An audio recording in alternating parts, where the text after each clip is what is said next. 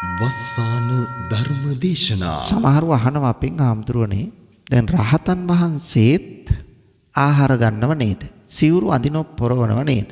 නානව නේද? එතකොට මේවා ආශාවෙන් තොරවද කෙරෙන්නේ කියලා. ඔව් පින්නතුනේ. දැන් අපි තුල චේතනාවක් ඇති වුණොත් ඒ චේතනාවට අනිවාර්යෙන් තණ්හාව මිශ්‍රයි. ඒ නිසා අපි තුල ඇතිවන්නේ විපාක සිත්. අපට සිතක් ඇති වුණොත් චෛතසිකයක් ඇති වුණොත් ඒකට විපාකයක් ඇති වෙනවාමයි. මොකද තෘෂ්ණා දෘෂ්ටි මිශ්‍රයි අපේ චේතනාවේ. රහතන් වහන්සේ කෙනෙක් තුල චේතනාවක් ඇති වුණොත් ඒක ක්‍රියාවක් පමණයි. ක්‍රියාසිතක් පමණයි. විපාකසිත නෙවෙයි. ක්‍රියාසිතක් පමණයි. එහෙනම් ක්‍රියාසිතක් උන්වහන්සේ තුල නාන්න හිතුනොත් නෑව එච්චරයි එයින් ඉවරයි. අපි වගේ වතුර සීතලද උණුසුම්ද අද මොන සබන්ද ගාන්නේ නේ මේ වගේ හිතන්නේ නැහැ. උන්වහන්සේට බඩගින්න දැනුණාම බඩගින්නට ආහාර ගන්නවා. හැබැයි අපි වගේ ආහාර ගන්නෙ නැහැ. අපි ගන්නේ අපේ ශරීර ශක්තිය ගැන හිතනෝ අලංකාරය, හමී පැහැය, විටමින් වර්ග. උන්වහන්සේ එහෙම නෙමෙයි. නේව දවාය නමදාය නමණ්ඩනාය. උන්වහන්සේ කවදාවත් මේ ශරීර තේජසවත්, වර්ණයවත්, බලයවත් ඒ වැඩි කරගන්න නෙමෙයි ආහාර ගන්නෙ. ජීවිතේ පැවැත්ම වෙනුවෙන් විතරයි. ඉතින් ඒ නිසා රහතන් වහන්සේ කෙනෙක් ඒ වමනාවන් පිරිමසා ගන්නේ ජීවිතේ පැවැත්ම සඳහා. ජීවත් වෙන්නේ කවුරු වෙනුවෙන්ද? අපි වෙනුවෙන්. යම් දවසක මෙසේ ජීවත් වෙන කෙලෙස් නැසූ රහත් උතුමන් පිරිනිවන් පානවද? ආන්න ඒ පිරිනිවන් පෑමට කියනවා නිස්සරණ ප්‍රහාණය කියලා. ඒ කියන්නේ අර කෙලෙස් මුළුමනින්ම දුරු කළා. දුරු කළ උතුමන් පිරිනිවන් පෑවා නූපදින්න. න උපදී නිරුපදී. එහෙනම් නිරුපදිශේෂ පරිනිර්වාණය කියලා කියන්නේ අන්න ඒකට. මෙන්න මේ විදියට තමයි කෙලෙස් ප්‍රහාණය අපි සිද්ධ කරගත යුතු වන්නේ. ඒ නිසා ඔබත් මමත් අපි කවුරුත් පින්නතුනි මේ කෙලෙස් ප්‍රහාණය සඳහා උත්සුක වෙන්න ඕන. එතන තමයි නිර්වාණය පසක් කර ගැනීමේ අවස්ථාව තියෙන්නේ. දිනපතා නවතම ධර්ම දේශනා ශ්‍රවණය කිරීමට වස්සාන ධර්ම දේශනා අපගේ YouTube නාලිකාව දැන්ම subscribe කරන්න. බෙල් අයිකනය ක්ලික් කරන්න. වස්සාන ධර්ම දේශනා YouTube නාලිකාව ඔස්සේ ප්‍රචාරය වන මෙම සුමధుර ධර්මානුශාසනාවේ ප්‍රධාන අරමුණු වන්නේ නොවැම්බර් මාස 29 වන දින උපන්දිනය සමරන චේතිය ජයකොඩි මහත්මයාට නිදුක් නිරෝගී සුවය සහ දීර්ඝාෂ ප්‍රාර්ථනා කරමින් වස්සාන ධර්ම දේශනා YouTube නාලිකාව ඔස්සේ ධර්ම දානමය පින්කමක් සිදු කිරීමයි. එමින්ම උපන්දිනය වෙනුවෙන් චේතිය ජයකොඩි මහත්මයාගේ දයාබර මෑණියන් වන කාන්තී ජයකොඩි මාතාවටත් නිදුක් නිරෝගී සුවය සහ දීර්ඝායුෂ ලැබේවායි සත්සිතින් ප්‍රාර්ථනා කරනු ලබනවා. ඒ වෙනුවෙන් පින්බර දායකත්වයෙන් කටයුතු කළේ මාළඹේ කහන්තොට නාමල් මාවතේ අංක 98න් 10B දරණ ලිපිනෙහි පදිංචි චන්ද්‍රිකා හුලංගමුව දයාබර බිරිඳ සඳුනී ජයකොඩි දයාබර දියණිය හා දසුන්ටි සිල්වා ආදරණීය බෑණනුවන් ඇතුළු පින්වත් පිරිසයි. අද දේශකයන්න් වහන්සේ අතිපූජනීය මාලිම්බඩ පඤ්ඤාසාර ස්වාමින් වහන්සේ අවසරයි අපේ හාමුදුරුවනේ. සමන්ත චක්කවාලේසු අත්‍රා ගච්ඡන්තු දේවතා සද්ධම්මං මුනි රාජස්ස සුනන්තු සක්ක මොක්ඛදං ධම්මස්සවන කාලෝ අයං බතන්තා ධම්මස්සවන කාලෝ අයං බතන්තා ධම්මස්සවන කාලෝ අයං බතන්තා නමෝ තස්ස භගවතු අරහතු සම්මා සම්බුද්දස්ස නමෝ තස්ස භගවතු අරහතු සම්මා සම්බුද්දස්ස නමෝ තස්ස භගවතු අරහතු සම්මා සම්බුද්දස්ස. ගරුතර මහා සංඝරත්නයන් අවසරයි ශ්‍රද්ධාවන්ත පින්වතුනි, ලෝතර තථාගත බුදුරජාණන් වහන්සේ විසින් ලෝක සත්වයා විශේෂෙහි පතල මහා කරුණාවෙන් දේශනා කොට වදාළ සද්ධර්මයෙන් බිඳක් ශ්‍රවණය කරන්න තමයි මේ ඔබ බලාපොරොත්තු වන්නේ. පින්වතුනි, අද මේ උතුම් ධර්ම දානමය පුණ්‍ය කර්මයෙහි පින්වත් දායකත්වයෙන් කටයුතු කරන්නේ මාළඹේ කහන්තොට නාමල් මාවතේ අංක 98න් 10B දරණ ලිපිනේ පදිංචි චන්ද්‍රිකා හුලංගමුව දයාබර බිරිඳ සඳුනි ජයකොඩි දයාබර දියණිය හා දසුන් ඩී සිල්වා ආදරණීය බෑණනුවන් ඇතුළු පින්වත් පිරිසයි. මේ පින්වත් පිරිසගේ මූලික අරමුණ වන්නේ නොවැම්බර් මාස 29 වන දින උපන්දිනයේ සමරන චේතිය ජයකොඩි මහත්මයාට නිදුක් නිරෝගී සුවය සහ දීර්ඝායුෂ ප්‍රාර්ථනා කිරීම. ඒ වගේම චේතිය ජයකොඩි මහත්මයාගේ දයාබර මෑණියන් වන කාන්ති ජයකොඩි මාතාවට නිදුක් නිරෝගී සුවය දීර්ඝායුෂ ප්‍රාර්ථනා කිරීම. මෙන්න මේ ප්‍රධාන අරමුණු සහ තවත් සෙසු අරමුණු තියෙනවා. මේ අරමුණු ඉටු කරගන්න තමයි මේ ධර්ම දානමය පින්කම සිද්ධ කරන්නේ. තවත් අරමුණු සඳහන් කරලා තියෙනවා පින්වතුනි. අපි ඒවා පසුව සඳහන් කරලා පුණ්‍යානුමෝදනාව සිද්ධ කරමු. එතෙක් බුදු බණ පදයකට අවධානය යොමු කරමු පින්වතුනි. පින්වතුනි, සද්ධර්මයේ ශ්‍රවණය කිරීම අත්‍යවශ්‍ය කාරණයක්.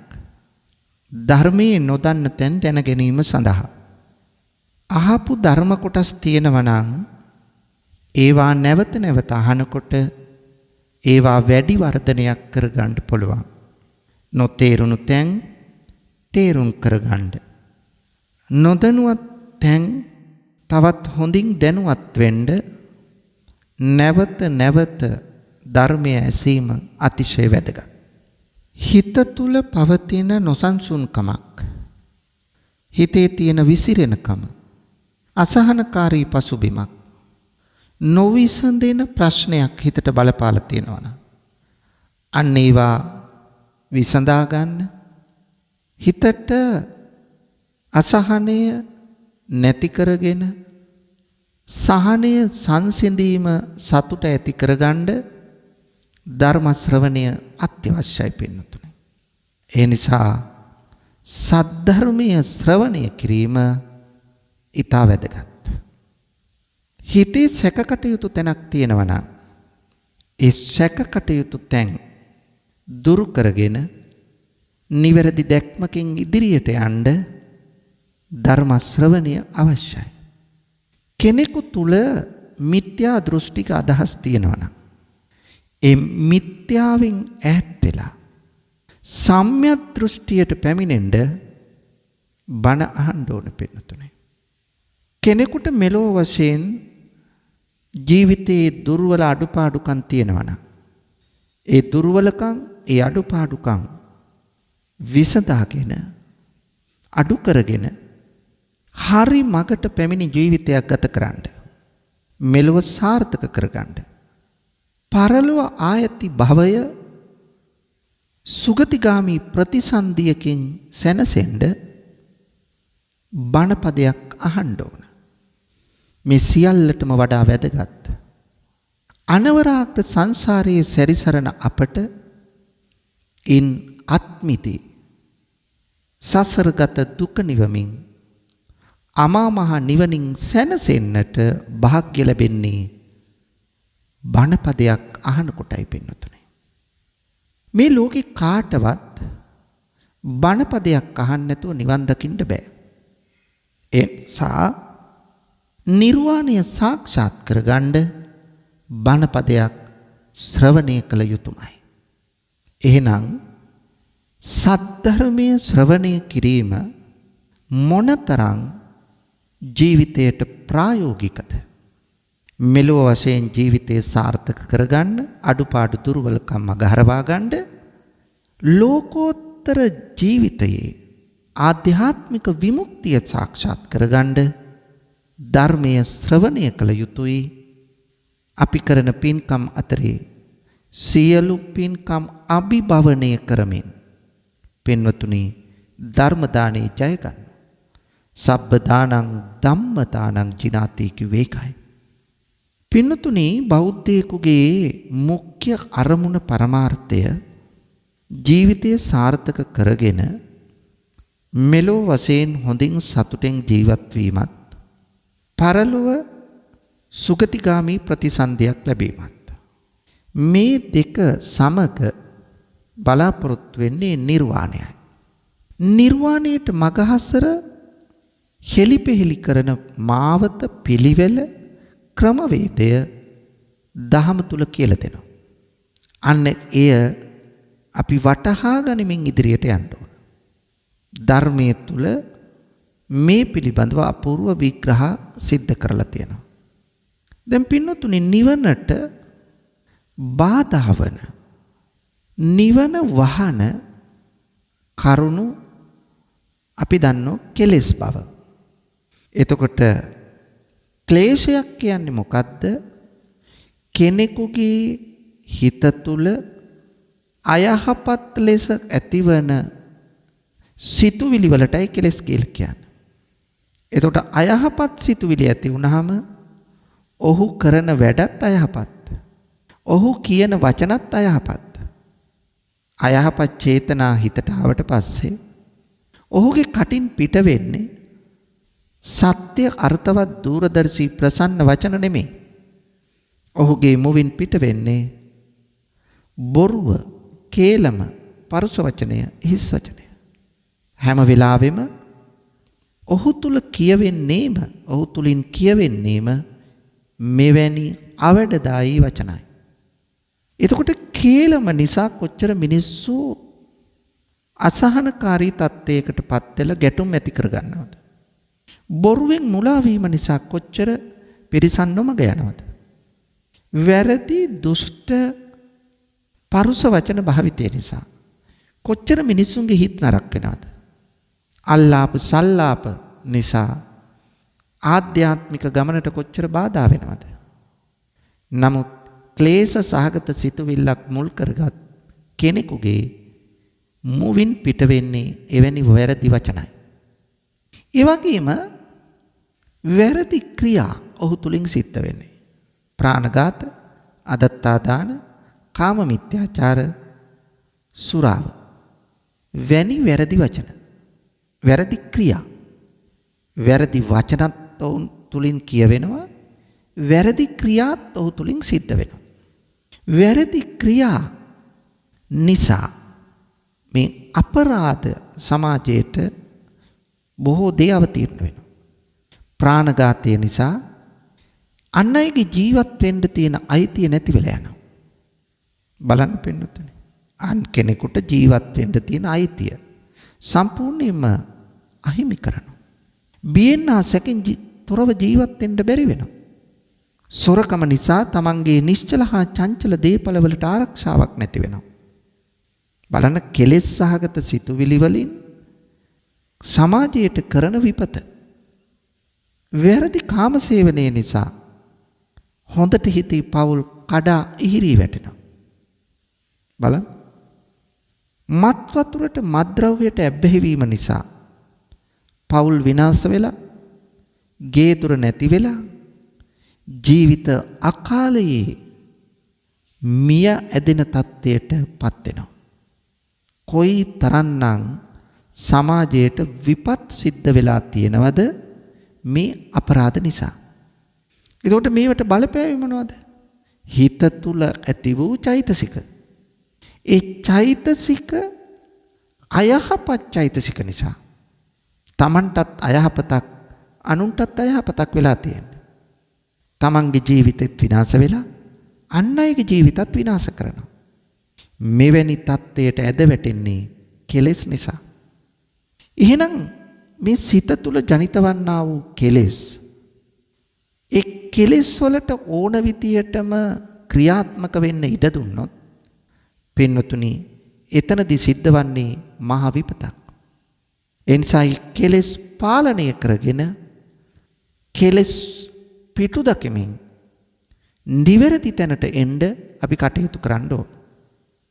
මේ ලෝකයට උපදිනකොට ඒ පොඩි දරුවගේ මනස මේ වගේ කෙලෙස් වලින් දූෂණය වෙලා තිබුණේ නැහැ. බුදුරජාණන් වහන්සේ පෙන්වා දෙනවා පබස්සර මිදම් භික්කවේ චිත්තං. ඒ වෙලාවේ හරිම ප්‍රභාස්වර මනසක් තිබුණා. නමුත් ඒ ප්‍රභාස්වර මනස එහි ඊර්ෂ්‍යාව, ක්‍රෝධය, වෛරය, අමනාපය, කුහකකම, පලිගැනීම, තරගය වැනි ක්ලේශයන් තිබුණේ නැහැ. නමුත් මොකද වුනේ? අන්න ඒ නිර්මල මනස අපිරිසිදු වුණා. මොනවයින්ද? අර බාහිරින් පැමිණෙච්ච උපක්ඛිලේසේ උපක්ඛිලිට්ටං මේ කෙලෙස් වලින්, මේ කෙලෙස් සිතුවිලි වලින්. එහෙනම් බලන්න, සිතුවිලි කෙලෙස් වුණාම ඒවයින් කොයිතරම් විපතක් සිද්ධ වෙනවද? එහෙනම් අපි මේ කෙලෙස් හඳුනාගෙන ඒවා යටපත් කරගෙන, කෙටි කාලීනව යටපත් කරගෙන, දීර්ඝ කාලීනව යටපත් කරගෙන සහ සම්පූර්ණයෙන් ඒවා නැති තත්ත්වයටපත් කරගත්තොත්, හිතේ පාරිශුද්ධිය ගොඩනගා ගත්තොත්, අන්න එතන අපි ජයග්‍රහණය කළා වෙනවා. එතකොට සිතුවිලි වලට ඕන විදියට අපි හැසිරෙන්නේ නැතුව අපිට ඕන විදියට සිතුවිලි හසුරවන්නට, නරක සිතුවිලි පාලනය කරගෙන හොඳ සිතුවිලි වලට ධෛර්යය දීලා යන්න ඒවා ක්‍රියාත්මක කරන්න තමයි අපි වෙරදරන්න ඕන, මහන්සි වෙන්න ඕන. එහෙම නැත්තම් අපට එන්නේම නරක සිතුවිලි නම් ඒ නරක සිතුවිලි Tamanටත් සමාජයටත් කරන විනය සුළුපටු නෑ පෙන්නතුනේ. දැන් මේ කෙලෙස් වල ස්වභාවය ගත්තාම අපිට සමහර විට මේ බණපදයේ අහන ඔබටත් හිතේ මන් ළඟ ඊර්ෂ්‍යාව නැහැ, මන් ළඟ කුහකකම නැහැ, මන් ළඟ ගුණමකුකම නැහැ, මම අවිහිංසාව මුල් කරගත්ත කෙනෙක් මේ වගේ හිතේ. මගේ ගාව තරහක් නැහැ, ඊර්ෂ්‍යාවක් නැහැ කියලා. නමුත් පින්නතුනි, ඒවා තියෙනවද නැද්ද කියලා තේරුම් ගන්න පුළුවන් වෙන්නේ ආන්න ඒවත් එක්ක අපි ගැටෙන කොටයි. එතකොට තමයි තේරෙන්නේ අපි තුල මේවා තියෙනවද නැද්ද කියලා. මේක තමයි ඇත්ත.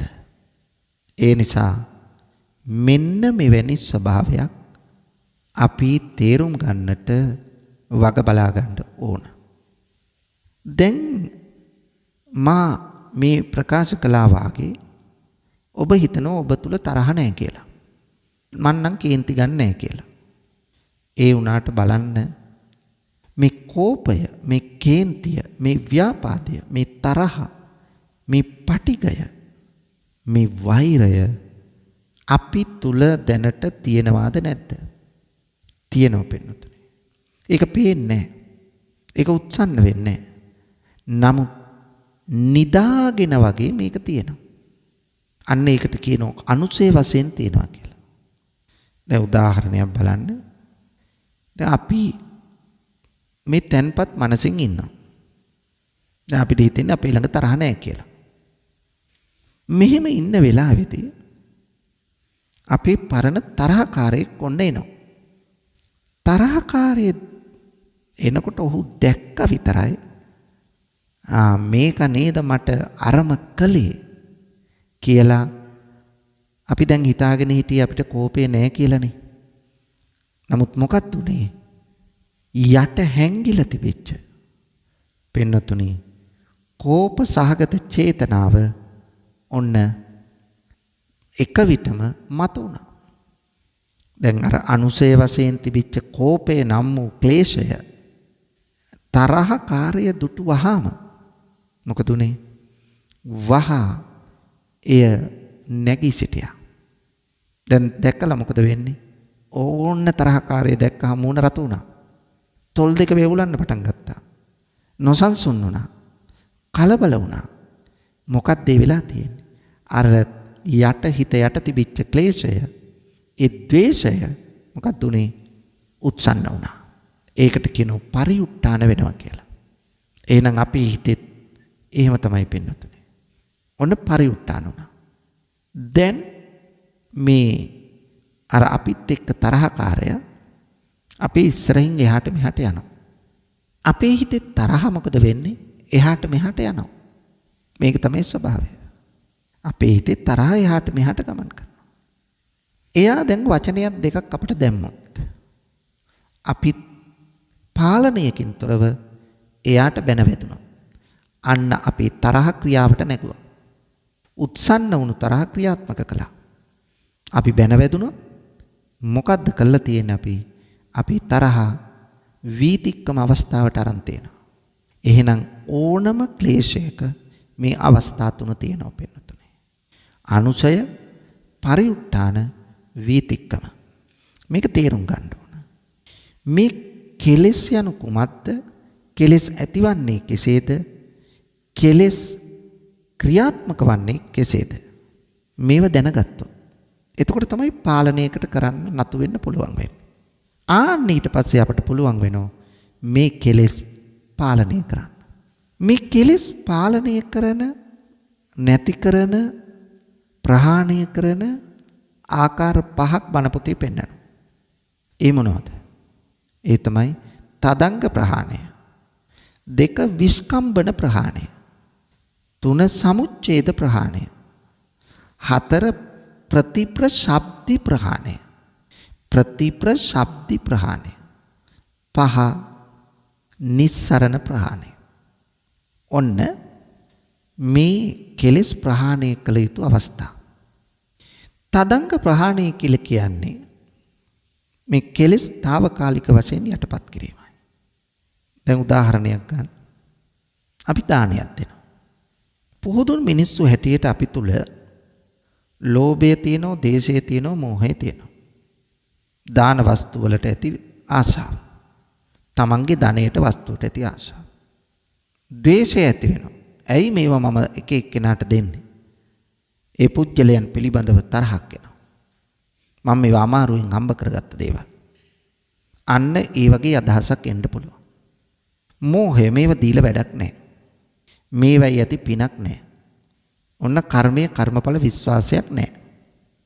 මෙන්න මේ ලෝභ දේශ මෝහ කියන කෙලෙස් අපි මොකද කරන්නේ? දානීය දෙන වෙලාවේදී මේව යටපත් කරගන්න. ලෝභය යටපත් කරලා ඒ වෙනුවට අපි ඇති කරගත්ත අලෝභය. අලෝභයෙන් ලෝභය යටපත් කරා. తాවකාලිකව හරි නැති කළා දැම්මා. తాවකාලිකව හරි නැති කළා අලෝභයෙන් ලෝභය. එතකොට දාන වස්තු වලට තිබිච්ච ලෝභකම නැහැ දැන්. ඒවයි ගණන් ගියේ ඒවා ලියලා ඒවා හදා හදින්නේ නැහැ. දානියනේ අතහැරලානේ දෙන්න ඕන. එතකොට අලෝභයෙන් ලෝභයටපත් කළා දැම්මා. ඊළඟට අපි ඇති කරගන්නවා අද්වේෂය. කා කෙරෙහිද? දානීය පිළිගන්නා ප්‍රතිග්‍රාහකයන් වහන්සේලා කෙරෙහි. දානීය පිළිගන්නා ප්‍රතිග්‍රාහකයන් වහන්සේලා කෙරෙහි අපි ඇති කරගන්නවා මොකක්ද ඇති කරගන්නේ? මෛත්‍රී සහගත චේතනාවක්. අර උන්වහන්සේලා කෙරෙහි ද්වේෂයක් ඇති කරගන්න නැතුව, තරහක් ඇති කරගන්න නැතුව, අමනාපයක් ඇති කරගන්න නැතුව අපි ඇති කරගන්නවා මෛත්‍රී සහගත චේතනාවක්. මෛත්‍රියෙන් තමයි මේ දානි දෙන්නේ. එතකොට අද්වේෂයෙන් එවත් මෛත්‍රියෙන් දේශය යටපත් කළා. දේශේ తాවකාලිකව නැති කළා. නැත්තම් දානි දෙන්න බෑ. ඊළඟට අමෝහය. අමෝහයෙන් මෝහය යටපත් කළා. මේ දානය දීම අපට මෙලොවටත් යහපත ගෙන දෙන, පරලොවත් අපිට සුගතියත්පත් කරගෙන දෙන, අපටත් පරලොවදී ධන ධාන්‍ය භවභෝග ලැබෙන මහා පින්කමක් කියලා කර්මයේ කර්මඵල විශ්වාසය ඇති කරගත්තා. ආන්න මොකද්ද කරේ එහෙනම්? අමෝහෙන් මෝහයටපත් කරා. නැත්තම් නැති කළා తాවකාලිකව. මෙන්න මිසේ සිද්ධ කරන එකට කියනවා තදංග ප්‍රහාණය. ඕන්න තදංග ප්‍රහාණය ඇති කරගත්ත විදිය පින්නතුනි. తాවකාලිකව යටපත් කිරීමක් තමයි මේ කලේ. తాවකාලිකව යටපත් කළා නැත්නම් తాවකාලිකව නැති කළා. දැන් පින්නතුනි බලන්න ආර්ය අෂ්ටාංග මාර්ගයේ තියෙනවනේ. එතකොට ආර්ය අෂ්ටාංග මාර්ගයේ අනාර්ය මාර්ගාංග අටකුත් තියෙනෝනේ. ආර්ය නොවන. ඒ මොකක්ද? සම්මා දිට්ඨි වෙනුවට මිච්ඡා දිට්ඨි. සම්මා සංකප්ප වෙනුවට මිච්ඡා සංකප්ප. සම්මා වාචා වෙනුවට මිච්ඡා වාචා. සම්මා කම්මන්ත වෙනුවට මිච්ඡා කම්මන්ත. සම්මා ආජීව වෙනුවට මිච්ඡා ආජීව. සම්මා වායාම වෙනුවට මිච්ඡා වායාම. සම්මා සති වෙනුවට මිච්ඡා සතිය.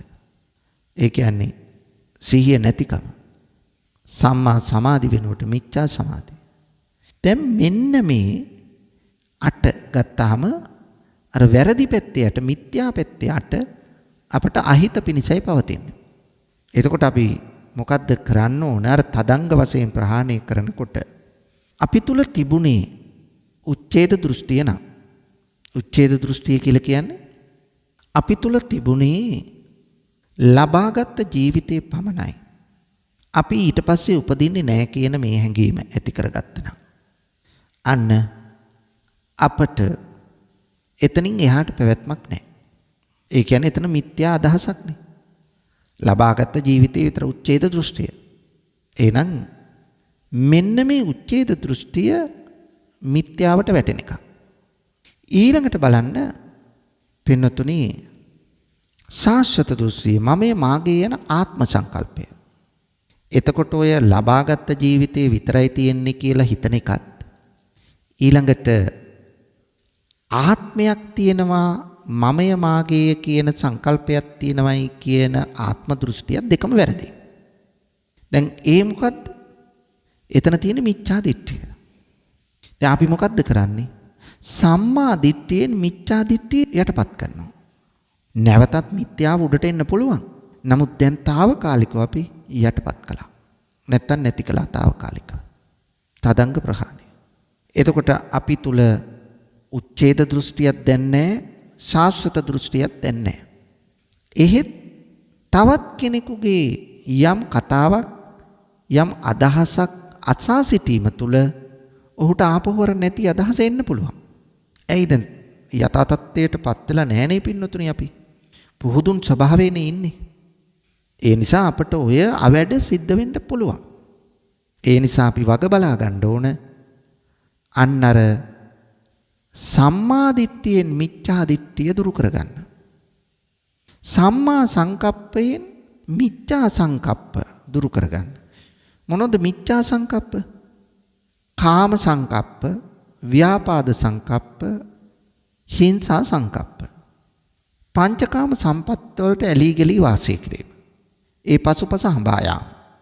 එයින් තෘප්තියටපත් නොවීම. කාම සම්පත් පසුපස හඹා යාම. ඊළඟට ව්‍යාපාදය, තරහ, කෝපය, ක්‍රෝධය, වෛරය, පලිගැනීම. මේ වගේ අදහස්. ඊළඟට හිංසාව. එතකොට මෙන්න මේ තමයි මිත්‍යා සංකප්ප. දැන් අපි මොකද්ද කරන්නේ? සම්මා සංකප්පයෙන් මිච්ඡා සංකප්පේ යට කරනවා. අපි ඒකට දක්ෂ වෙන්න ඕන. එහෙම දක්ෂ වුණොත් තමයි අපිට ඒක කරන්න පුළුවන් වෙන්නේ. එහෙනම් කාම සංකප්ප වෙනුවට අපි ඇති කරගන්න ඕනේ නෙක්ඛම්ම සංකප්ප. නෙක්ඛම්ම සංකප්පයෙන් කාම සම්පත්තිය යටපත් කළා. අව්‍යාපාද සංකප්පයෙන් ඒ කියන්නේ තරහ නැහැ කියන මෛත්‍රී සහගත සංකල්පනාවෙන් අපි ව්‍යාපාදේ නම් වූ වැරදි සංකල්පනාව යටපත් කළා, දුරු කළා తాවකාලිකව. අවිහිංසා සංකප්පයෙන් හිංසා සංකප්පේ දුරු කළා. ඔන්න බලන්න සම්මා සංකප්පයෙන් මිච්ඡා සංකප්පේ දුරු කළා. සම්මා වාචාවෙන් මිච්ඡා වාචා දුරු කරන්න ඕන. සම්මා වාචා කියන්නේ බොරු නොකීම, කේලම් නොකීම, පරුස වචන නොකීම, හිස් වචන නොකීම. මිච්ඡා වාචා කියන්නේ බොරු කීම, කේලම් කීම, පරුස වචන කීම, හිස් වචන කීම. එතකොට දැන් අපි මොකද කරේ? අන්න අර වැරදි දේ නොකරන තත්ත්වයට හිත හදාගත්තා. එතකොට දැන් අපි ඇති කරගත්තේ සම්මා වාචා. බොරු නොකීමේ උදාර ගුණයෙන් බොරු කීමේ වැරදි ක්‍රියාව, වැරදි සිතුවිල්ල පිටපත් කරනවා. කේලම් නොකීමේ උදාර ගුණයෙන් කේලම් කීමේ පහත් අවැඩදායි සිතුවිල්ල දුරු කරගන්නවා. පරුස වචන නොකීමේ උදාර ගුණයෙන් පරුස වචන කීම දුරු කරගන්නවා. හිස් වචන නොකීමේ උදාර ගුණයෙන් හිස් වචන කීමේ දුර්ගුණය දුරු කරගන්න. මෙන්න මේ විදියට අපි පින්වතුනි ඉහළට යා යුතුයි. ඉහළට ගමන් කළ යුතුයි. එතකොට තමයි අපි තුල මේ ගුණාංග ටික වර්ධනය වෙන්නේ. එවැනි තත්ත්වයක් ගොඩනගන්නේ මෙවැනි අදහස් තුල. එතකොට මම කරුණු තුනක් කිව්වා. සම්මා දිට්ඨියෙන් මිච්ඡා දිට්ඨිය යටපත් කළා. සම්මා සංකප්පයෙන් මිච්ඡා සංකප්පේ යටපත් කළා. සම්මා වාචාවෙන් මිච්ඡා වාචා යටපත් කළා. මේ කරුණු තුන. ඊළඟට සම්මා කම්මන්තයෙන් මිච්ඡා කම්මන්ත යටපත් කරන්න. සම්මා කම්මන්ත කියන්නේ යහපත් කර්මාන්ත. යහපත් කර්මාන්ත කියන්නේ රැකියාව නෙවෙයි කම්මන්ත කියන්නේ. මෙතන ක්‍රියාව. මොනෝද ක්‍රියා? ප්‍රාණඝාත අදත්තාදාන කාම මිත්‍යාචාර යන මිච්ඡා ක්‍රියාවන් සම්මා ක්‍රියාවෙන් යටපත් කරගන්න. එතකොට සම්මා ක්‍රියාව මොකද්ද? ප්‍රාණඝාතයෙන් ඉවත් වීම. අදත්තාදානෙන් ඉවත් වීම. වැරදි කාම සේවනයෙන් ඉවත් වීම. එහෙනම් ප්‍රාණඝාතයෙන් ඉවත් වෙලා ප්‍රාණඝාතයට හිත නැමින ගතිය දුරු කරගන්න. අදත්තාදානෙන් ඉවත් වෙලා සොරකමට හිත නැමින ගතිය අපි දුරු කරගන්න. බලන්න පින්නතුනේ. වැරදි කාම සේවනයෙන් ඉවත් වෙලා කාම සේවනයේට හිත නැමෙන ගතිය අපි දුරු කරගන්න. දැන් බලන්න කොච්චර හොඳ තැනකට අපි එනවද? ඔන්න කෙලෙස් තදංග වශයෙන් ප්‍රහාණය කරන විදිය මේ. එතකොට තදංග වශයෙන් ප්‍රහාණය කිරීමේ ගුණය අපි තුල ඇති කරගන්න පුළුවන්. තදංග වශයෙන් ප්‍රහාණය කරන්නේ නැතුව මුළුමනින් දුරු කරන ගුණය ඇති කරගන්න බෑ. ඉස්සෙල්ලා తాවකාලිකව කෙටි වේලාවකට හෝ යටපත් කිරීම පුරුදු කළොත් විතරයි ඒවා දීර්ඝකාලීනව යටපත් කරන්නත් මුළුමනින්ම නැති කරලා දාන්නත් පුළුවන් වෙන්නේ. මේක අවශ්‍ය දෙයක්. එතකොට දැන් බලන්න අපි සම්මා දිට්ඨියෙන් මිච්ඡා දිට්ඨිය දුරු කළා. සම්මා සංකප්පයෙන් මිච්ඡා සංකප්පය දුරු කළා. සම්මා වාචාවෙන් මිච්ඡා වාචා දුරු කළා. සම්මා කම්මන්තයෙන් මිච්ඡා කම්මන්ත දුරු කළා. සම්මා ආජීවයෙන් මිච්ඡා ආජීවය දුරු කරන්න. වැරදි ජීවන රටා තියෙනවා. මොනෝද වැරදි ජීවන රටා? සත්ත්වනිච්චා. ඒ කියන්නේ වහල් වෙලඳාම්, මිනිසුන් වෙලඳාම්, දරු ජාවාර. මුදලට මිනිස්කම විකිණීම. ඊළඟට අවි ආයුධ වෙලඳාම්. මස් මාංශ වෙලඳාම්. මස් පිණිස සතුන් වෙලඳාම්.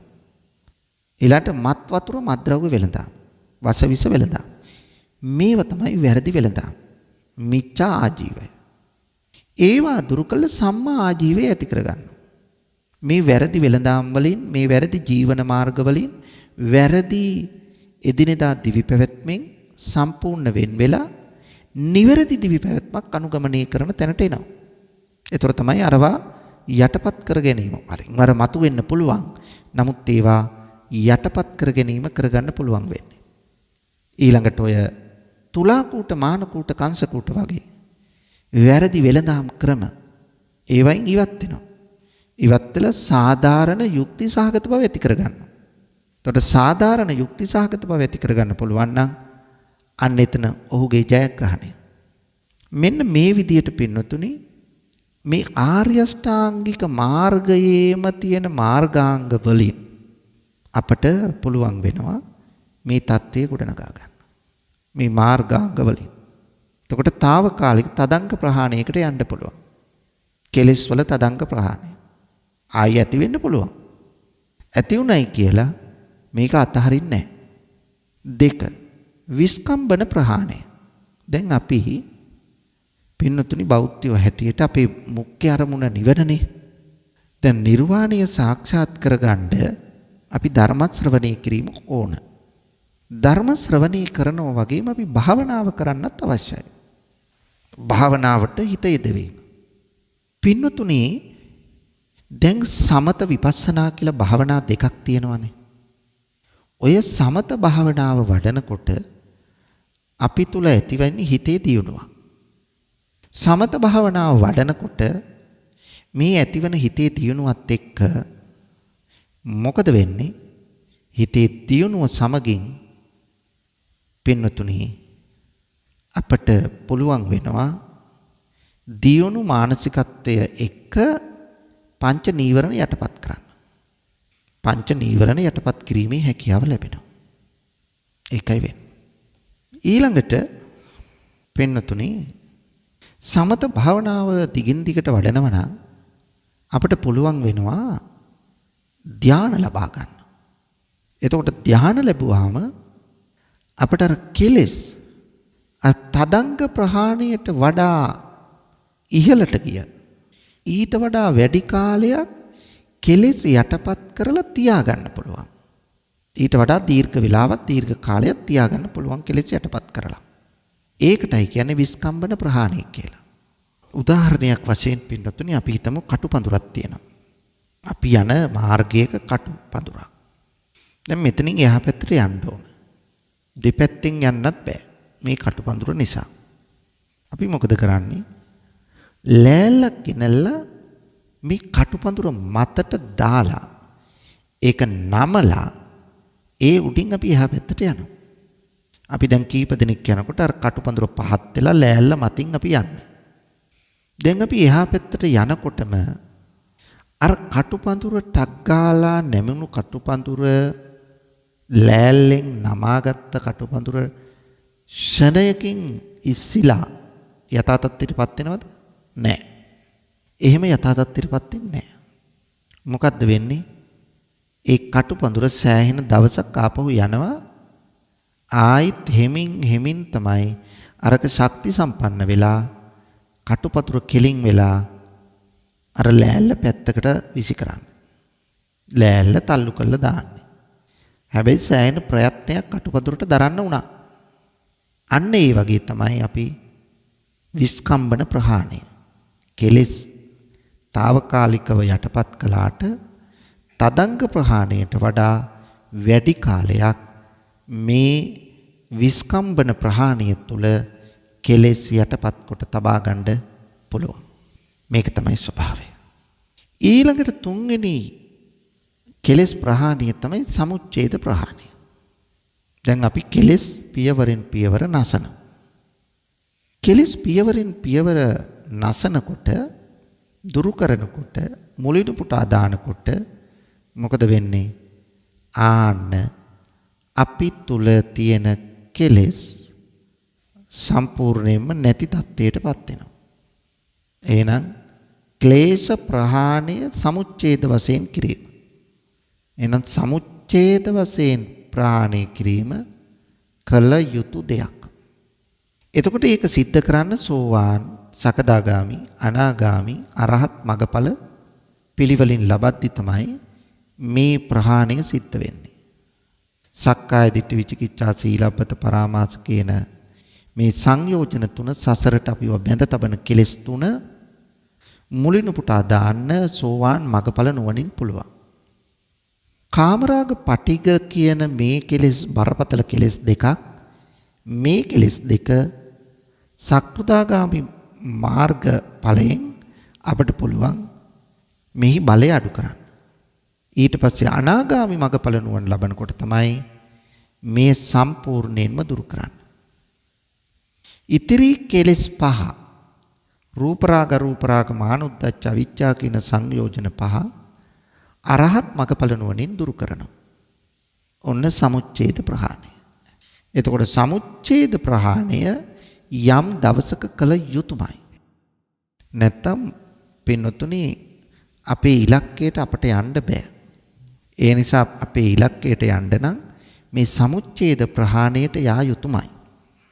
ඊළඟට අපට තියෙනවා පින්නතුනි ප්‍රතිප්‍රශ්‍රාප්ති ප්‍රහාණය. ඒ කියන්නේ මේක දැන් කෙලෙස් නෑ, දුරු කරලා තියෙන්නේ. කෙලෙස් දුරු කළාට මොකද? කෙලෙස් වල උෂ්ණය රස්ණය තාම තියෙන්න පුළුවන්. ඒක උදාහරණයකින් දක්වනවා. ගිනි පුපුරකට වතුර දාලා නිවනවා. දැන් ගින්දර පොඩ්ඩක්වත් නැහැ මේ ගිනි පුපුරේ. දැන් අපි මේ අඟුරු කෑල්ල ඇල්ලුවොත් තාම අඟුරු කෑල්ලේ රස්ටි තියෙනවා. අන්න ඒ වගේ අපි කෙලෙස් නැති කළාම දැන් අරහත් මාර්ග ඥාණයෙන් සියලු කෙලෙස් නැති කළා. අරහත් මාර්ග ඵලයෙන් තමයි අර කෙලෙස් වල රස්නේද නැති කරන්නේ. කෙලෙස් වල රස්නේද දුරු කරන්නේ ඒකයි. අරහත් මාර්ග ඵල ඥාණය. ඊළඟට නිස්සරණ ප්‍රහාණී කියලා කියන්නේ දැන් අපි රහත් භාවයටපත් වෙනවා. රහත් භාවයටපත් වුණාට මොකද? රහතන් වහන්සේ තාම ජීවත් වෙලා ඉන්නවා. රහතන් වහන්සේ තාම පිරිනුවන් පාලා නැහැ. හැබැයි මේ රහතන් වහන්සේ කෙලෙස් නැසලා තියෙන්නේ. එතකොට මේ රහතන් වහන්සේ දැන් ජීවත් වෙලා ඉන්නවා. රහතන් වහන්සේ කෙනෙක් ජීවත් වෙන්නේ උන්වහන්සේ වෙනුවෙන් නෙවෙයි. ලෝක සත්‍යය වෙනුවෙන්. මොකද උන්වහන්සේට ජීවිතේ කරගන්න කිසිම දෙයක් දැන් ඉතුරු වෙලා නැහැ. සියල්ල සිදු කරාමාරයි. නමුත් උන්වහන්සේට පුළුල් මෙහෙවරක් සිද්ධ කරන්න පුළුවන් සමාජය වෙනුවෙන්. අන්නේ සමාජ මෙහෙවර සිද්ධ කරන්න තමයි රහතන් වහන්සේ කෙනෙක් තවදුරටත් වැඩ ඉන්නේ. ඒතකොට සමහරව අහනවා අපෙන් ආම්දුරනේ දැන් රහතන් වහන්සේත් ආහාර ගන්නව නේද? සිවුරු අඳිනව පොරවනව නේද? නානව නේද? එතකොට මේවා ආශාවෙන් තොරවද කෙරෙන්නේ කියලා. ඔව් පින්නතුනි. දැන් අපි තුල චේතනාවක් ඇති වුණොත් ඒ චේතනාවට අනිවාර්යෙන් තණ්හාව මිශ්‍රයි. ඒ නිසා අපි තුල ඇතිවන්නේ විපාක සිත්. අපට සිතක් ඇති වුණොත් චෛතසිකයක් ඇති වුණොත් ඒකට විපාකයක් ඇති වෙනවාමයි. මොකද තෘෂ්ණා දෘෂ්ටි මිශ්‍රයි අපේ චේතනාවේ. රහතන් වහන්සේ කෙනෙක් තුල චේතනාවක් ඇති වුණොත් ඒක ක්‍රියාවක් පමණයි. ක්‍රියාසිතක් පමණයි. විපාකසිත නෙවෙයි ක්‍රියාසිතක් පමණයි. එහෙනම් ක්‍රියාසිතක් උන්වහන්සේ තුල නාන්න හිතුනොත් නෑව එච්චරයි එයින් ඉවරයි. අපි වගේ වතුර සීතලද උණුසුම්ද අද මොන සබන්ද ගාන්නේ නේ මේ වගේ හිතන්නේ නැහැ. උන්වහන්සේට බඩගින්න දැනුණාම බඩගින්නට ආහාර ගන්නවා. හැබැයි අපි වගේ ආහාර ගන්නේ නැහැ. අපි ගන්නේ අපේ ශරීර ශක්තිය ගැන හිතනවා, අලංකාරය, හැමී පැහැය, විටමින් වර්ග. උන්වහන්සේ එහෙම නෙමෙයි. නේව දවාය නමදාය නමණ්ඩනාය. උන්වහන්සේ කවදාවත් මේ ශරීර තේජසවත්, වර්ණයවත්, බලයවත් ඒ වැඩි කරගන්න නෙමෙයි ආහාර ගන්නේ. ජීවිතයේ පැවැත්ම වෙනුවෙන් විතරයි. ඉතින් ඒ නිසා රහතන් වහන්සේ කෙනෙක් ඒ වමනාවන් පිරිමසා ගන්නේ ජීවිතයේ පැවැත්ම සඳහා. ජීවත් වෙන්නේ කවුරු වෙනුවෙන්ද? අපි වෙනුවෙන්. යම් දවසක මෙසේ ජීවත් වෙන කෙලෙස් නැසූ රහත් උතුමන් පිරිනිවන් පානවද? ආන්න ඒ පිරිනිවන් පෑමට කියනවා නිස්සරණ ප්‍රහාණය කියලා. ඒ කියන්නේ අර කෙලෙස් මුළුමනින්ම දුරු කළා. දුරු කළ උතුමන් පිරිනිවන් පෑවා නූපදින්න. න උපදී නිරුපදී. එහෙනම් නිරුපදී ශේෂ පරිනිර්වාණය කියලා කියන්නේ අන්න ඒකට. මෙන්න මේ විදියට තමයි කෙලෙස් ප්‍රහාණය අපි සිද්ධ කරගත යුතු වන්නේ. ඒ නිසා ඔබත් මමත් අපි කවුරුත් පින්නතුනි මේ කෙලෙස් ප්‍රහාණය සඳහා උත්සුක වෙන්න ඕන. එතන තමයි නිර්වාණය පසක් කර ගැනීමේ අවස්ථාව තියෙන්නේ. ඒ නිසා මේ අවබෝධය ඔබේ ජීවිතයට වඩා ධර්මඥානීය පහළ කරගන්නට හේතු වාසනා වේවායි මා ප්‍රාර්ථනා කරනවා. පින්වතුනි, අද මේ ධර්ම දානමේ පුණ්‍ය කර්මයේහි පින්වත් දායකත්වයෙන් කටයුතු කරන්නේ මාළඹේ කහන්තොට නාමල් මාවතේ අංක 98න් 10 B දරන ලිපිනේ පදිංචි චන්ද්‍රිකා හුලංගමුව දයාබර බිරිඳ සඳුනි ජයකොඩි දයාබර දියණිය හා දසුන්ඩි සිල්වා ආදරණීය බෑණනුවන් ඇතුළු පින්වත් පිරිසයි. මේ පින්වතුන්ගේ ප්‍රධාන මුඛ්‍ය අරමුණ තමයි නොවැම්බර් මාස 29 වන දින උපන්දිනයේ සමරන චේතිය ජයකොඩි මහත්මයාට නිදුක් නිරෝගී සුවය සහ දීර්ඝායුෂ ප්‍රාර්ථනා කරමින් ධර්ම දානමය පින්කමක් සිදු කිරීම. ඒ වගේම චේතිය ජයකොඩි මහත්මයාගේ දයාබර මෑණියන් වන කාන්ති ජයකොඩි මාතාවට නිදුක් නිරෝගී සුවය චිරජීවනය ප්‍රාර්ථනා කිරීම.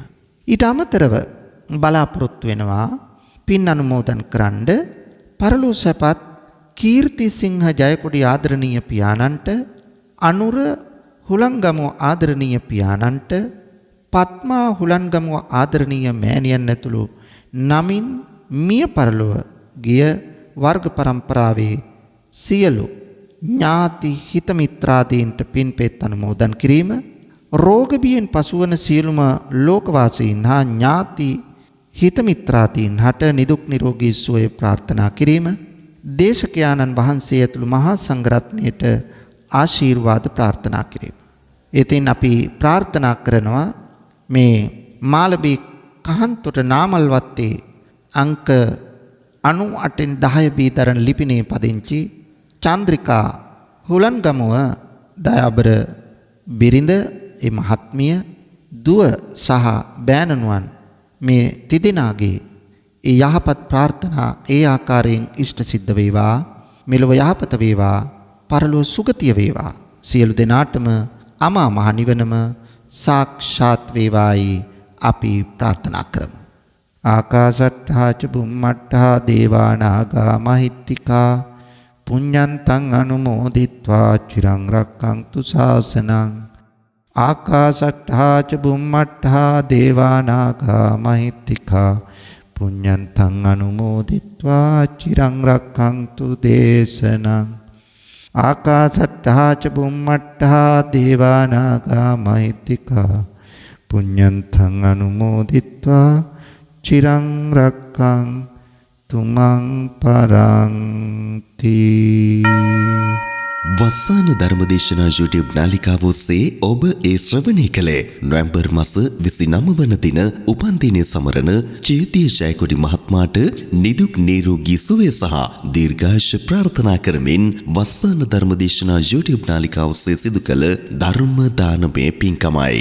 එමෙන්ම මෙම පින්කමේ කුසලානුභවයේ බලයෙන් චේතිය ජයකොඩි මහත්මයාගේ දයාබර මෑණියන් වන කාන්ති ජයකොඩි මාතාවටත් නිදුක් නිරෝගී සුවය සහ දීර්ඝායුෂ ලැබේවායි සාදු සිතින් ප්‍රාර්ථනා කරනු ලබනවා. ඒ වෙනුවෙන් පින්බර දායකත්වයෙන් කටයුතු කළේ මාළඹේ කහන්තොට නාමල් මාවතේ අංක 98න් 10 බී දරන ලිපිනෙහි පදිංචි චන්ද්‍රිකා හුලංගමුව දයාබර බිරිඳ සඳුනි ජයකොඩි දයාබර දියණිය සහ දසුන්ඩී සිල්වා ආදරණීය බෑණනුවන් ඇතුළු පින්වත් පිරිසයි. එම පින්වත් පිරිස සිදු කළා වූ මෙම ධර්ම දානමය කුසලයේ ආනුභවයේ බලයෙන් එම පවුලේ සීලුම දෙනාටත් නිදුක් නිරෝගී සුවය උදා වේවායි සාදු සිතින් ප්‍රාර්ථනා කරමු. වස්සාන ධර්මදේශනා YouTube නාලිකාව ඔස්සේ ධර්ම ශ්‍රවණය කරන ලක්වාසී ලෝකවාසී සීලුම දෙනාටත් ප්‍රාර්ථනීය බෝධියකින් නිවන් අවබෝධයේ පිණිසම දෙම ධර්ම දානමය කුසලය හේතු වාසනා වේවා. ධම්මසු ඔබ සැමට සම්මා සම්බුදු සරණයි. විදේශගතව සිටින ඔබටත් ඔබේ ජන්මදිනය වෙනුවෙන් ඔබෙන් වෙන් වූ නැහිත මිතුරන් වෙනුවෙන් පුණ්‍ය අනුමෝදනා කිරීමටත් සුජීවත්ව සිටින ඔබේ දෙමාපියන්ට ආශිර්වාද කිරීමටත් වස්සාන ධර්මදේශනා YouTube නාලිකාව ඔස්සේ දායකත්ව ධර්මදේශනා ප්‍රචාරය කිරීම සඳහා දැන්ම කතා කරන්න 071 57 57 13 දුරකථන අංකයට 071 57 57 13 දුරකථන අංකයට ධම්මසු ඔබ සැමට තිරුවන් සරණයි. 0.71 8යි 57යි 57යි 13 0.71 8යි 57යි 57යි 13. වස්සාන ධර්මදේශනා දිනපතා නවතම ධර්මදේශනා ශ්‍රවණය කිරීමට වස්සාන ධර්මදේශනා අපගේ YouTube නාලිකාව දැන්ම subscribe කරන්න. බෙල් අයිකනය ක්ලික් කරන්න. වස්සාන ධර්මදේශනා